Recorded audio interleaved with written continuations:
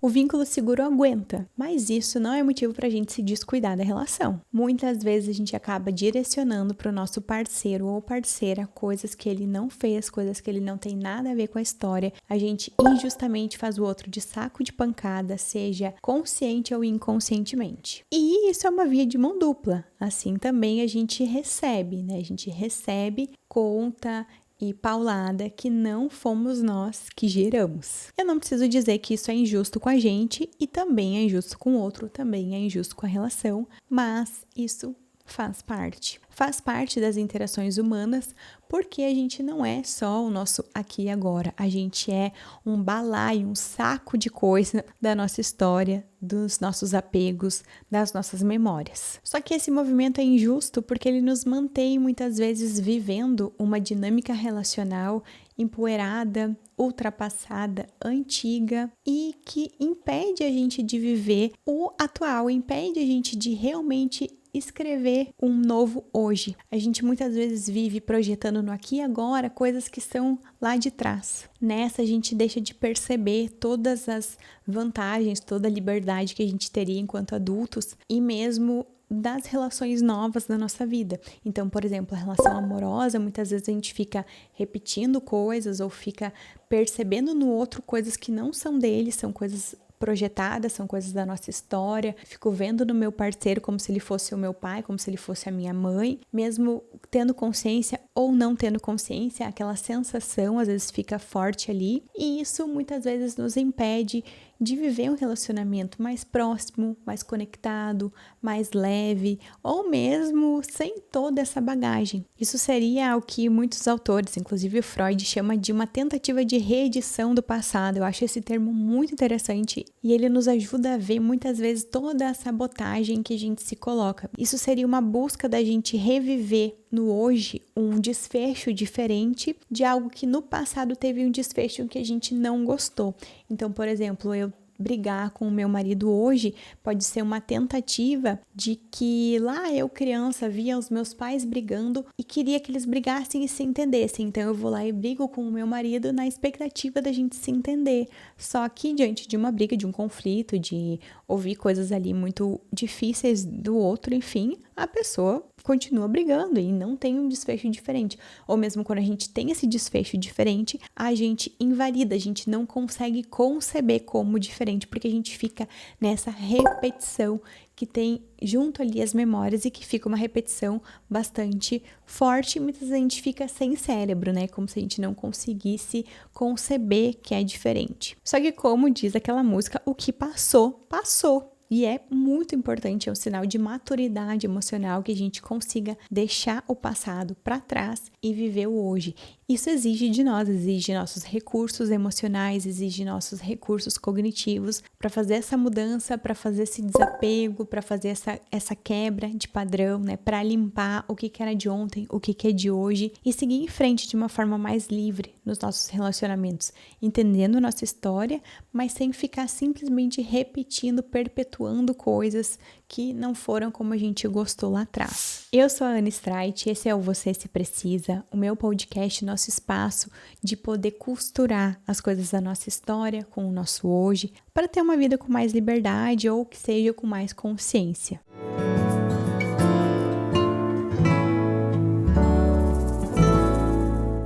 Hoje eu vou compartilhar uma história que representa muito essa tentativa de reedição. E a gente vai falar sobre como é importante estabelecer esses limites entre o que foi, o que passou, o hoje. E também a gente vai falar sobre a dificuldade que muitas vezes é, mesmo a gente entendendo o que está fazendo ou tendo consciência da gente fazer diferente. E justamente essa dificuldade ou esse não saber muitas vezes tem a ver com essa própria reedição.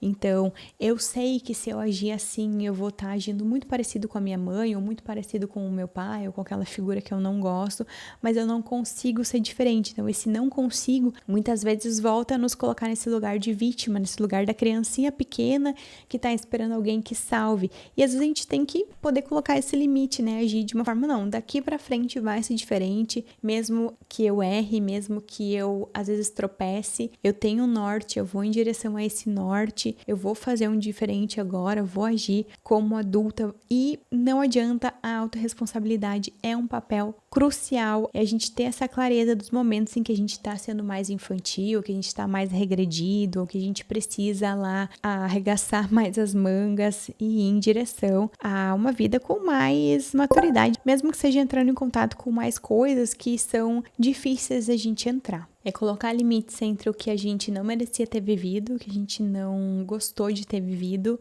para um hoje que pode ser assustadoramente bom, assustadoramente livre, um hoje em que a gente é adulto e que pode ser muito diferente daquilo que a gente conhece, daquilo que a gente já viveu tantas e tantas vezes. Então eu vou compartilhar a história que ilustra esse episódio de hoje. Oi Ana, tudo bem contigo? Gosto muito do seu canal e dos seus quadros, me edificam demais. Eu venho de uma longa jornada de tempestades emocionais. Já fiz terapia voltada para o luto dos meus avós e no momento faço terapia com o intuito de lidar com uma forma emocionalmente saudável com o meu casamento e a maternidade. Meus pais não assumiram a responsabilidade sobre eu e minha irmã. Desde os 2 anos de idade fomos para a casa de meus avós maternos, minha irmã ainda bebê, onde minha mãe ficava algum tempo conosco até se envolver em algum relacionamento e partir. Isso sucessivas vezes até ela desenvolver um processo de esquizofrenia ao tomar um chá em um trabalho em uma tribo indígena. Meu avô foi ausente por 10 anos na criação dos filhos, tanto emocional quanto financeiramente. E quando voltou, eles já estavam adolescentes e adultos e tiveram que dar suporte para os mais novos nesse tempo. Meu avô tentou reparar isso ao nos criar, pois haviam tias morando conosco e a caçula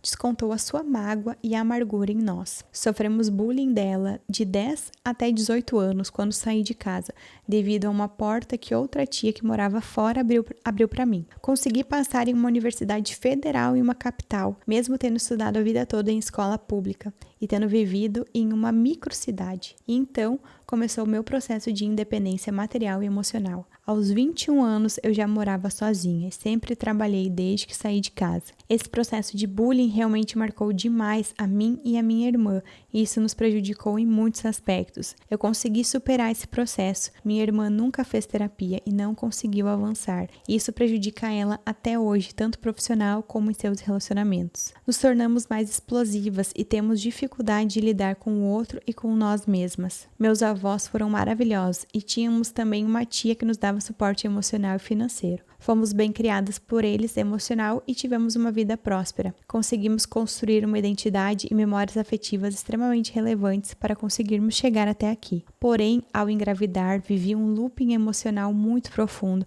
e até hoje ainda não consegui me recuperar. Meu filho já tem 3 anos. Que simbólico, né? O filho dela ter 3 anos, né? Ela ter passado por isso quando tinha 2. Meu marido também veio de uma família disfuncional. Teve ambos os pais, mas a mãe sempre focou no profissional e negligenciou meu marido em muitos aspectos. Suspeita-se que ela seja narcisista. E meu sogro, que era mais presente emocionalmente, teve que ficar muito tempo ausente porque trabalhava em outra cidade. E meu marido sempre fez tudo o que os pais queriam e quando decidiu viver sua vida, foi extremamente caótico para ele e para o nosso casamento também. Na minha gravidez não tivemos nenhum suporte familiar e ainda hoje estamos tentando chegar a uma boa medida de como me relacionar com meus sogros de maneira saudável. Então eu projeto minhas carências no meu marido e ele projeta as carências dele em mim. E daí tudo se complica, porque não me sinto amparada e validada. Muito eu creio que por esse sentimento de rejeição dos meus pais e todo o bullying que passei na minha adolescência. Meu marido costuma ser calmo e não é do tipo que resolve conflitos, ele prefere empurrar com a barriga. E ele foca tanto em agradar os pais que nosso casamento sempre fica por último na lista de prioridades. Então não sei até que ponto isso é real ou realmente uma perspectiva muito focada nas minhas frustrações. Tive depressão alguns anos após formada e estive muito próximo de desistir da vida. Na época eu só tomava medicamento para depressão e tinha orientação de coaching. Daí tive uma experiência espiritual, fiquei estável até minha gravidez. Foi quando as circunstâncias e meu passado voltaram a me assombrar. Estou tendo que lidar com a minha sombra nesse momento. Ainda não voltei a trabalhar, me mudei de estado, estou fazendo uma transição profissional, teve uma mudança cultural bem grande e estou me adaptando a tudo isso. Mas no momento me sinto totalmente desmotivada e sem esperança chance de resolver essa dependência emocional do meu marido com a minha sogra. E cheguei naquele ponto de generalizar as pessoas e a vida, de crer que nada vai dar certo e que estou fadada a relacionamentos abusivos. Estou fazendo terapia novamente para vencer a mim mesma. Gostaria muito de ouvir suas orientações do podcast sobre o que fazer com tudo isso. Grata pelo espaço e pela sua vida, que você continue sendo luz em meio ao caos de tantas vidas. Um abraço apertado.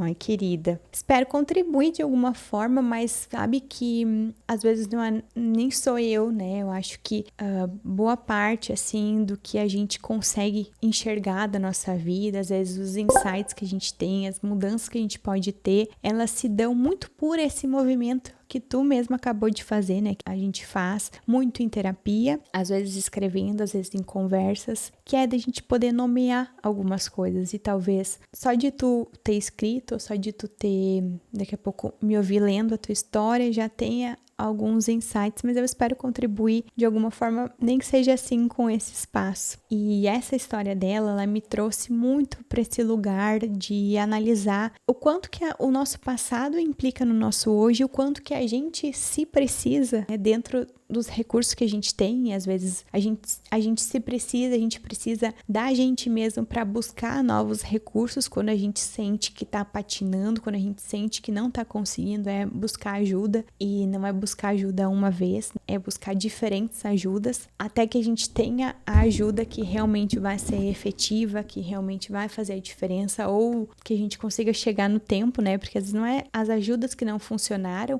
é a gente que precisou de tempo para digerir, dissolver tudo aquilo, mas a história dela me trouxe muito para analisar o que eu trouxe no início lá da minha fala, da nossa conversa, que é o quanto o relacionamento do hoje, ele é inundado muitas vezes pelo nosso apego, pela nossa história. Tanto o relacionamento amoroso, que às vezes acaba sendo um palco dessas repetições, dessas reedições, de como ela falou, né? Colocar ali, um coloca as carências que tem em cima do outro e vice-versa, quanto o relacionamento com o filho. E o Winnicott muitas vezes falava justamente sobre isso, o quanto que, às vezes, aquele desespero que a gente sente quando tá ali com um bebezinho muito pequeno, ou o desespero que a gente sente de pensar, ai, não vou dar conta de ser mãe, não vou dar conta de mudar minha vida, não vou dar conta de cuidar de uma outra criança, esse desespero que dá, muitas vezes ele não é um desespero consciente, racional, um desespero que tem a ver com o nosso momento atual e toda a complexidade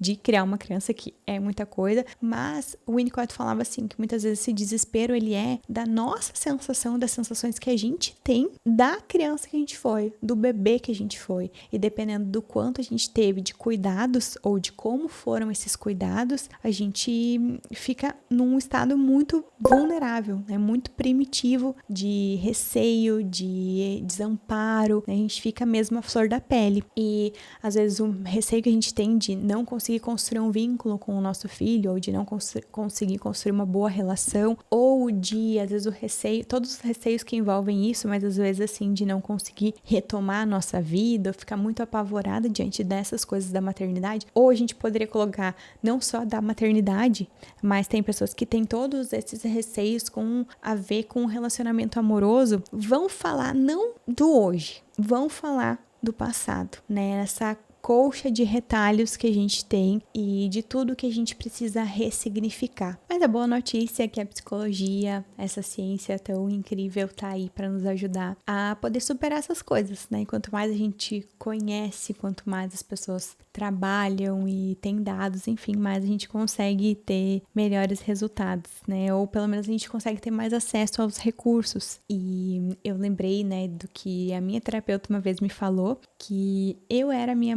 maior inimiga, porque aquilo que estava dentro da minha cabeça, a forma que eu fazia acontecer ou que eu me limitava, era algo muito do meu universo interno que eu não estava conseguindo expandir, que eu não estava conseguindo passar, né? Então, mesmo tendo os recursos, mesmo tendo tudo isso, é um desafio que a gente tem interno, né? Muito esse envolvimento que a gente vai ter e que também vai ter os seus limites dentro do universo de cada um, né? A gente vai conseguir mudar algumas coisas e a gente nunca sabe o tempo que a gente vai levar ou como que a gente vai conseguir fazer essas mudanças, mas existem sim essas saídas, né? E às vezes a própria saída da gente pedir ajuda, né? Se colocar num lugar de mais vulnerabilidade ou de mais humildade também, né? De buscar ajuda, de buscar os recursos, de ter toda essa tolerância, esse cuidado com aquilo que a gente não conseguiu ainda. E ela falou, né, o que eu poderia refletir? E claro que aqui não é um espaço de terapia, não substitui de forma alguma, mas é um espaço de reflexão sobre esses temas, que eu acho que aí sim a gente pode se beneficiar a todos. E parte dessa história dela entra justamente nessa impotência muitas vezes que a gente sente e na força que o nosso passado, a força que o nosso mundo interno vai fazer para que tudo se mantenha da mesma forma. A terapia familiar sistêmica tem uma frase que eu aprendi na faculdade, eu não sei de quem é, daria pra gente pesquisar e ver quem falou isso, mas é uma frase que fala assim,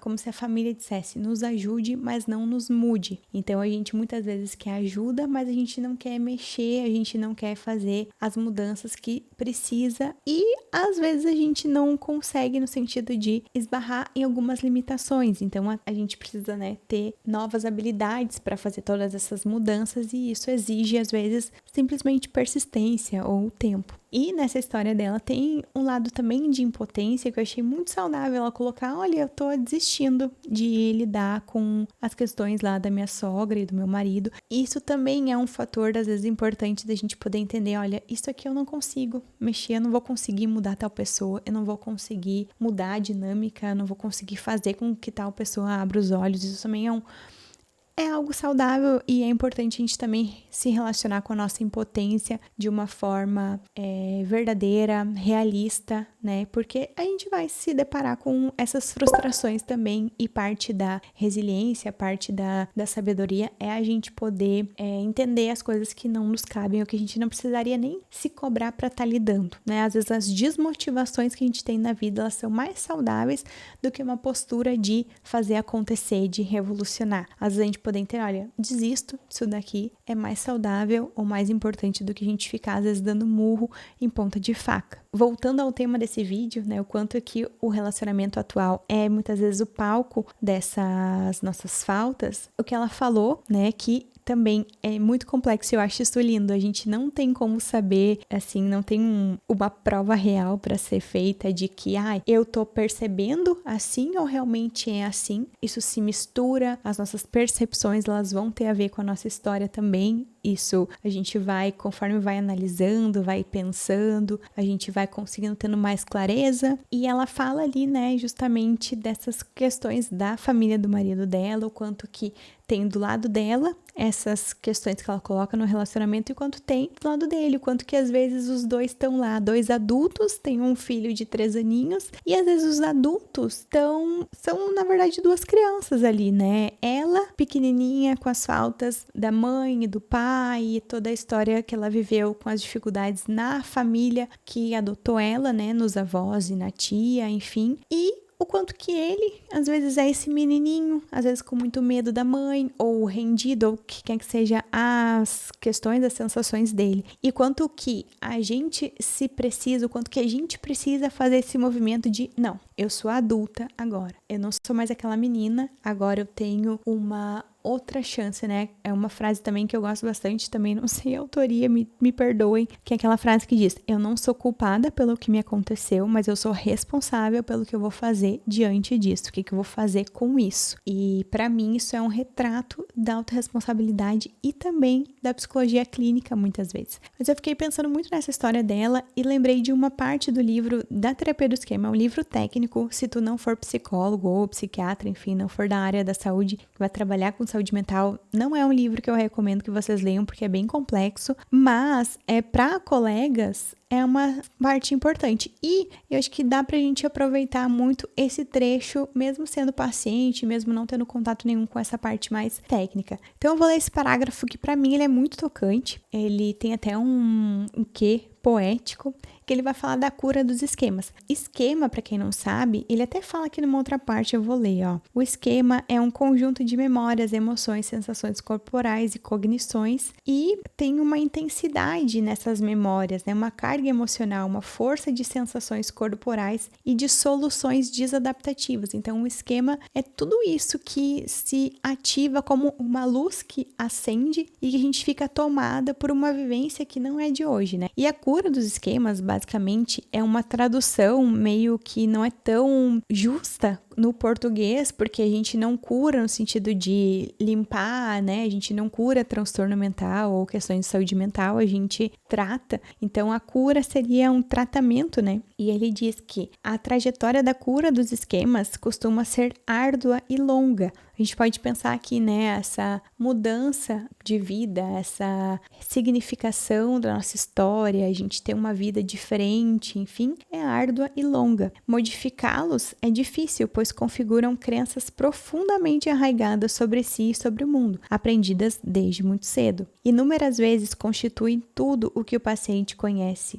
Por mais destrutivos que sejam, os esquemas proporcionam ao paciente um sentimento de segurança e previsibilidade. E aí a parte que mais eu acho importante, ele diz assim: os pacientes resistem a abster-se deles porque são fundamentais à sensação de identidade. É desagregador renunciar a um esquema. O mundo inteiro balança. Por isso, a resistência à terapia configura uma forma de autopreservação, uma tentativa de se agarrar à sensação de controle e coerência interior. Renunciar a um esquema é abrir mão do conhecido de quem se é ou de como é o mundo. Então, a gente simplesmente apagar todas as nossas referências do que a gente tem de mundo, mesmo aquelas coisas mais duras que a gente acredita, é difícil porque pega na nossa identidade, na construção da nossa personalidade, naquilo que a gente tem de sensação conhecida, por mais que esse conhecido seja difícil. Muitas vezes é isso, é esse conhecido que faz com que a gente replique na situação, na relação atual, nas relações atuais, né? A história que a gente teve, principalmente com as nossas figuras de apego, que aí a influência tão grande do nosso apego, das figuras que a gente teve de apego, as relações que a gente teve com essas pessoas, né? Que especialmente são os cuidadores primários, geralmente são os pais, né? As pessoas que tiveram ali naquele lugar ou que não tiveram, independente se elas permanecem na nossa vida ou não,